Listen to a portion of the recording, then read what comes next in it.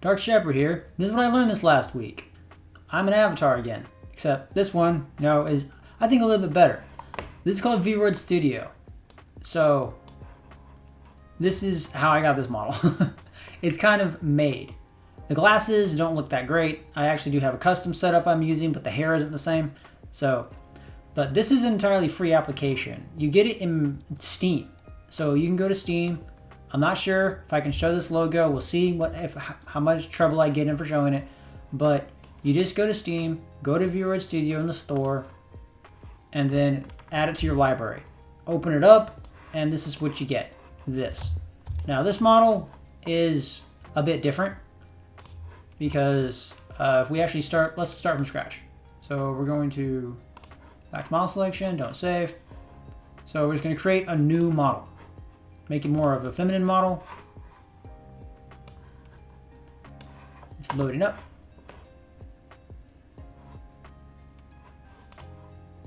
And there she is. Okay, so as far as outfits are concerned, this is where a caveat occurs. So there's a custom model I actually want to make of a certain person, and she has tattoos kind of in the center of her, in between her tits. So in VRoid Studio, if we go to tops and remove the top, what you're going to see is this.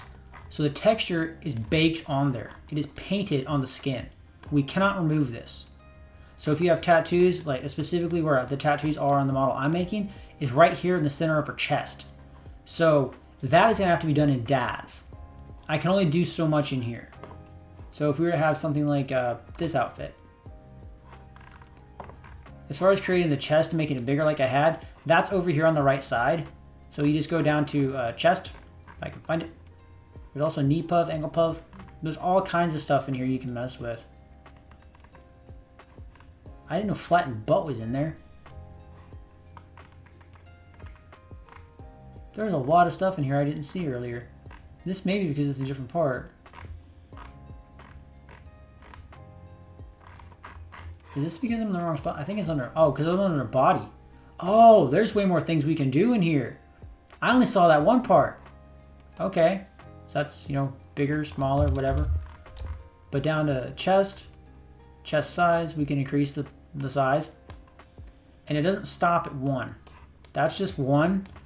But if you put in the number, just click and then type, you can make it huge.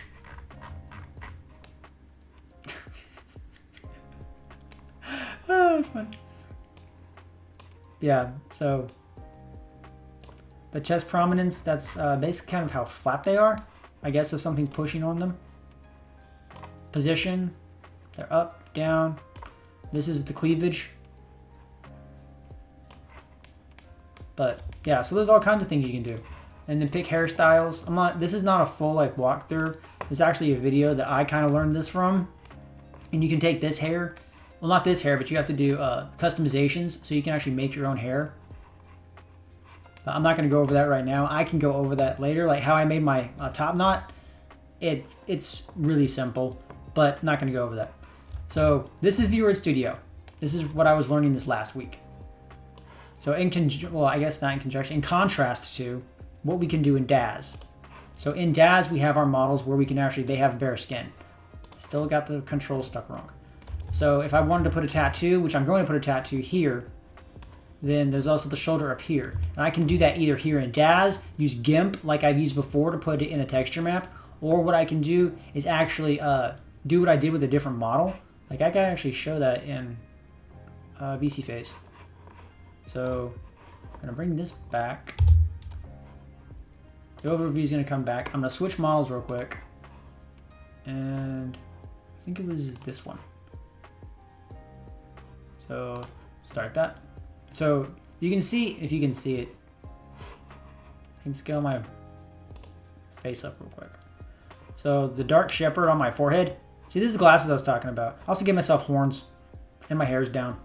But the dark shepherd is actually it's not technically a tattoo, but it is a tattoo. It's actually this text that I converted to a mesh and then parented it to the bone in the head.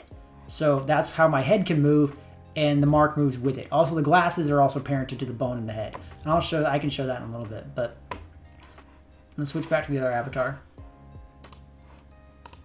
This one actually looks more like me. That's better. Okay. Bring that back down again. And hide that.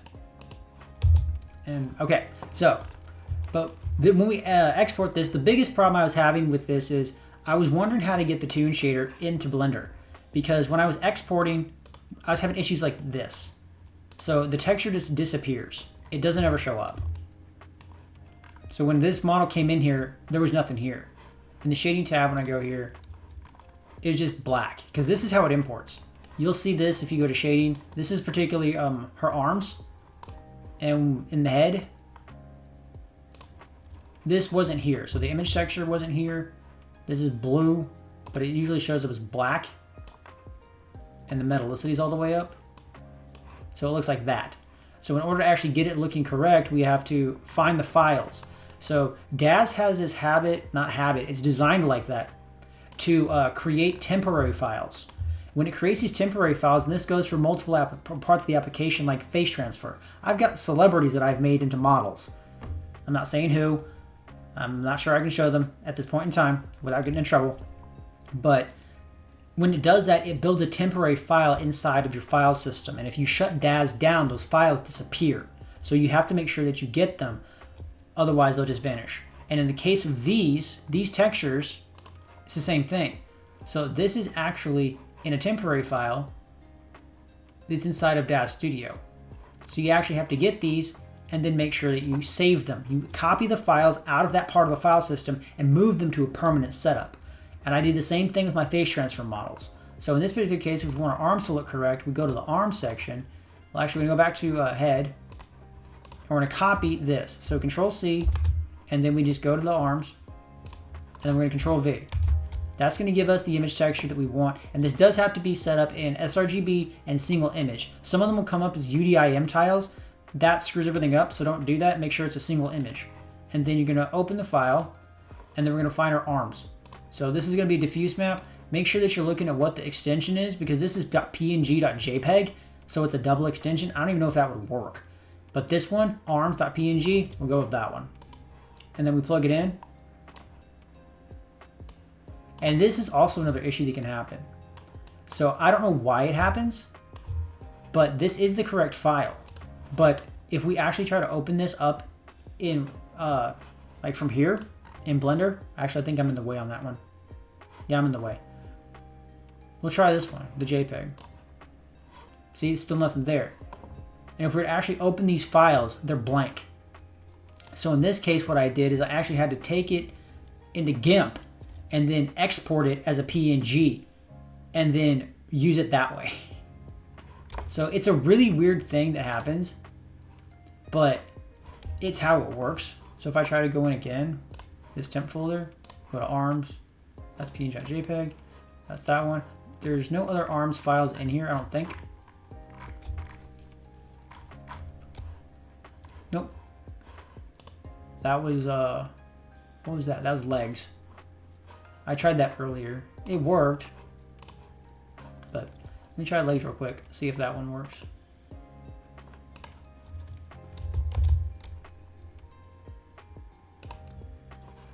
Because this was the one I exported from GIMP.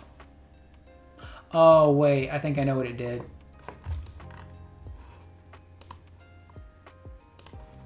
It's exactly what I said it would do. Yeah, go back to arms real quick. Yeah, see, it converted to UDIM tiles, and I didn't notice it. So, yeah, now we have our model. Now, if we actually look at the underwear, same thing. Control V, open the file. We go to the bikini set. That's the base color. Let's just use this one. This is the bottom. That's single image. So that's part of the top. Slot 1, so that's the waistband. Heart, main. So Control V. And it doesn't really, I don't think it matters. That's jpeg.jpg, this is .png, png.jpg. Okay, so we're just gonna use that. Single image. That doesn't look like it mapped correctly. So there could be a problem with the UV map when it actually exported. So this is the first time I've actually brought clothing over here. The model was originally naked, so I'm not exactly sure at the moment. I'll figure that out later, but this is just something I've learned literally today after I was trying to figure out how to get the M-Toon shaders over here. Because the iRay Uber shaders don't exactly translate one-to-one with Blender from Daz. So that's why I was trying to figure that out. But now that I figured that part out, we're good. So the other thing I was working on this week is physics restrictions. So this is a different Blender file. This is actually my model for, her name is, I'm not sure, her handle it's KA, but Vanessa Rivera, if that's her real name. I don't know what her real name is. But this is using cloth physics to actually try to mimic bra straps or bikini, trying to basically doing squish. Because I even reached out to WP Guru, who's a Daz user that's been using Daz for a very long time. And he also messes with Blender. He's making a game in Unreal Engine right now. And he's been trying to figure out how to do this for years. And no one has shown how to do it. No one has either figured it out or no one's talking about it. So what this is this is just the model from Daz. I have a model that I exported, and then this is what's causing this. This is called proxies. The person who showed or taught me this, I wouldn't say taught me directly, but a video by a person named Ludenier. And what this is basically it's just a cube that was subdivided, and then there was a vertex group put on the back of it. So this is the vertex group, is also known as the pinpoint. So when you're doing cloth, we have a pin location. Oops. So the pin location is actually the vertex group, wherever it went. I hope I didn't screw that up.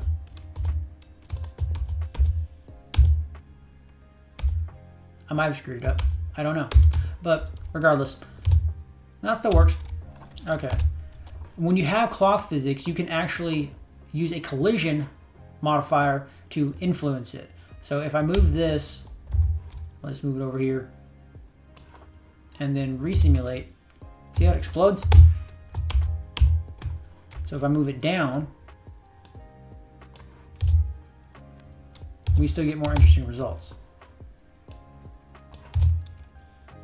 That's lesser influence. But in order to actually get this to act accordingly and correctly, I'm not sure how to do it yet. I know that I've been messing with the damping, so less damping I think equals more force field.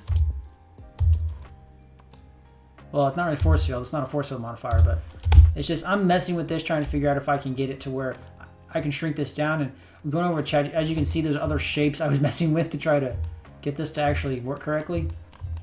But I will figure it out eventually.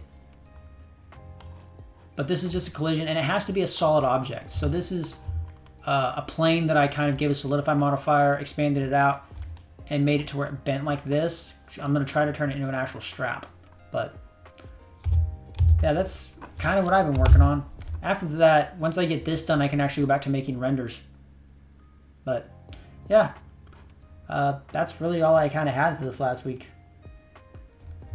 Still going to be working on more stuff and moving toward more assets to actually put in the novel I'm kind of writing. But I've been learning a lot this last week.